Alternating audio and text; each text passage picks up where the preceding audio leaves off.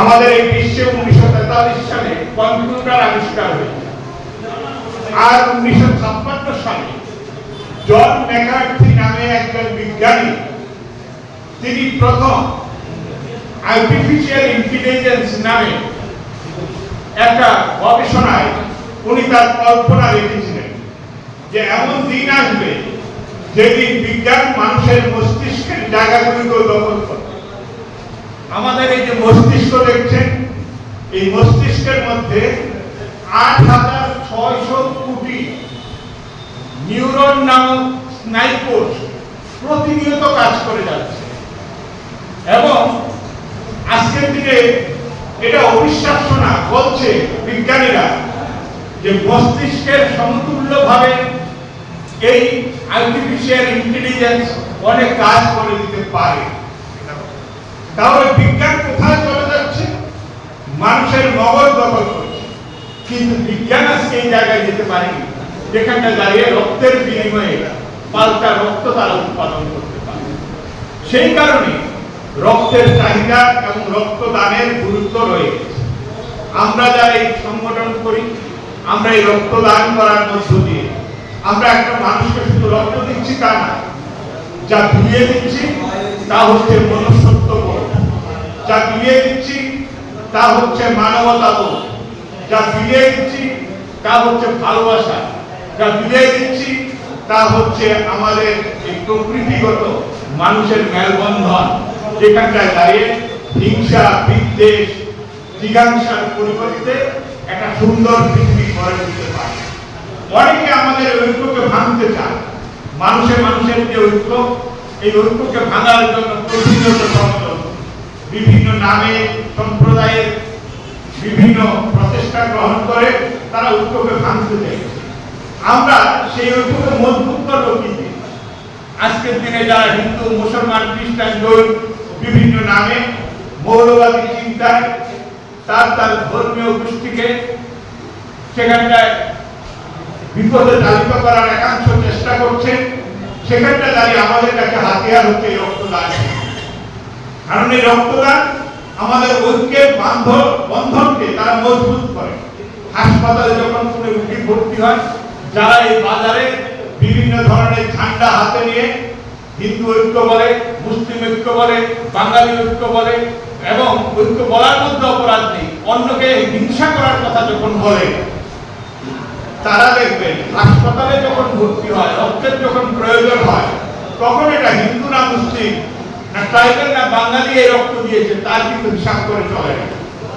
তখন যার রক্ত পায় সেই রক্ত তারা শরীরে গ্রহণ করে, রক্ত নিয়ে সুস্থ হওয়ার পর আবার সাম্প্রদায়িকতার কাজ করে।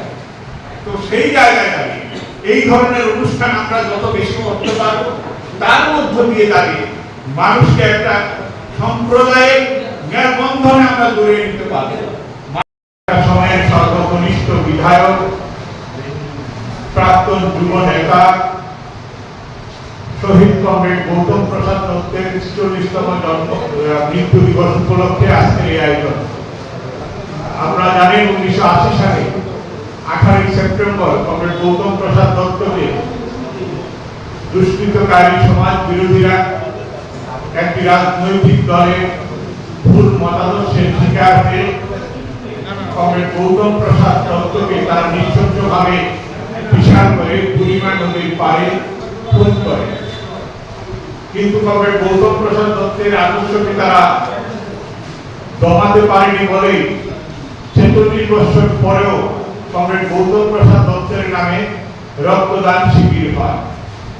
আমাদের এই রাজ্যে বামপন্থী আন্দোলনের যে ধারা, যুব আন্দোলনের যে ধারা, এই ধারা বেয়ে কমরেড গৌতম প্রসাদ দত্তের আদর্শকে আগামী দিনে আমাদের রাজ্য, দেশ এবং সমাজে প্রতিষ্ঠিত করার যে অকুতোভয় দায়িত্ব তারা গ্রহণ করেছে, তাকে কেন্দ্র করে এই রক্তদান শিবিরের মতো অনুষ্ঠান তারা আজকের দিনও করে যাচ্ছে। আমি প্রথমে এই বিপ্লবী যুব সংগঠনকে গণ আন্দোলনের তরফ থেকে হার্দিক অভিনন্দন এবং শুভেচ্ছা জ্ঞাপন করছি। বন্ধুগণ, আপনারা জানেন আজকের এই সময় পরিস্থিতি অনেকটা বদলে যাচ্ছে এই কারণে যে আমাদের সামনে আমরা অনেক কিছুতে আজকের দিনে দেখতে পাই, কিন্তু এমন অনেক জিনিস আছে যে জিনিসগুলিকে বিকল্প আবার কবে উদ্ভাবন হবে তার কোনো ঠিক নেই। এই যে রক্ত 1901 সালে বিজ্ঞানী কার্ল স্টেইনার তিনি প্রথমে এই রক্তের গ্রুপ আবিষ্কার করেছিলেন এবং এই আবিষ্কার করার পরে স্টেইনার এটা একটা পৃথিবীর মধ্যে আলোড়ন তৈরি করে, যার ফলে 1930 সালে এই বিজ্ঞানীকে নোবেল পুরস্কারে ভূষিত করা। বিজ্ঞানের উদ্ভাবনী শক্তি অনেক বেড়েছে, কিন্তু রক্তের বিকল্প এখনো কৃত্রিমভাবে রক্ত আবিষ্কার করা যায়। পক্ষ থেকে যারা এখানে রক্ত দিতে এসেছেন দেখতে পাচ্ছি এই নতুন করে এই ত্রিপুরায় আমাদের জাতি উপজাতির ঐক্যকে বিনষ্ট করার জন্য বিভিন্ন গোষ্ঠী লেগে আছেন। সেই জায়গায় দাঁড়িয়ে আজকের দিনেও এই গৌতম প্রসাদ দত্তের মতাদর্শ, এই শান্তি সম্প্রীতি প্রতিষ্ঠা নিয়ে ওনার যে আপ্রাণ নিরলস চেষ্টা, আজকের দিনেও আমাদের সেই শান্তি সম্প্রীতি বজায় রাখার জন্য আমাদের সর্বোচ্চ উদ্যোগ নিতে হবে।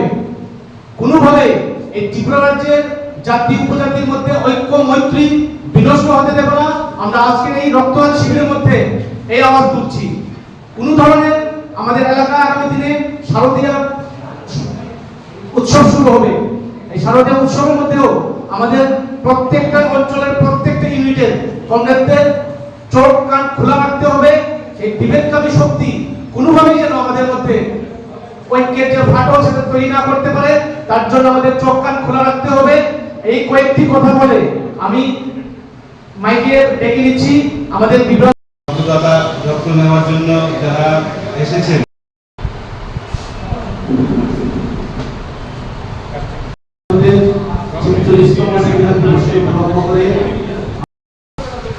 শহীদ কমরেড কমরেড পার্থপ্রতিম মজুমদারকে অনুরোধ করব। আজকে আমরা মিলিত হয়েছি এই রক্তদানে। আমরা যখন এই রক্তদান করছি এসএফআই বিশাল এই শান্তির বার্তা নিয়ে উনি যখন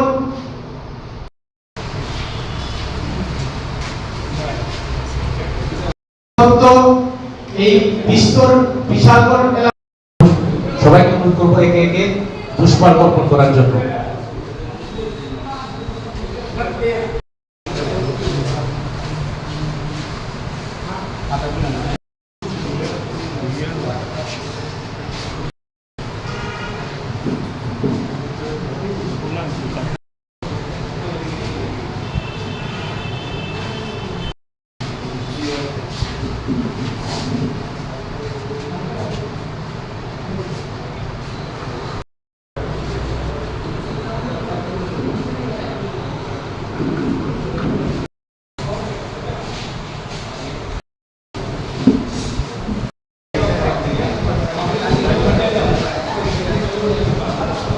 গুরুত্বপূর্ণ একটা দিক সেইখানটায় আমরা যারা এই সংগঠনের সঙ্গে যুক্ত আছে, আমাদের কর্মী বন্ধুরা, ভারতের গণতান্ত্রিক যুব ফেডারেশন, ভারতের ছাত্র ফেডারেশনের মতো সংগঠন, তারা এই ধরনের আয়োজন আর বেশি করে করবেন, এটা আমি প্রত্যাশা রাখি। গতকালকে এসএফআই এর উদ্যোগে চরিলামে এই ধরনের কমরেড গৌতম প্রসাদ দত্তের স্মরণে একটা স্বাস্থ্য শিবির করেছে।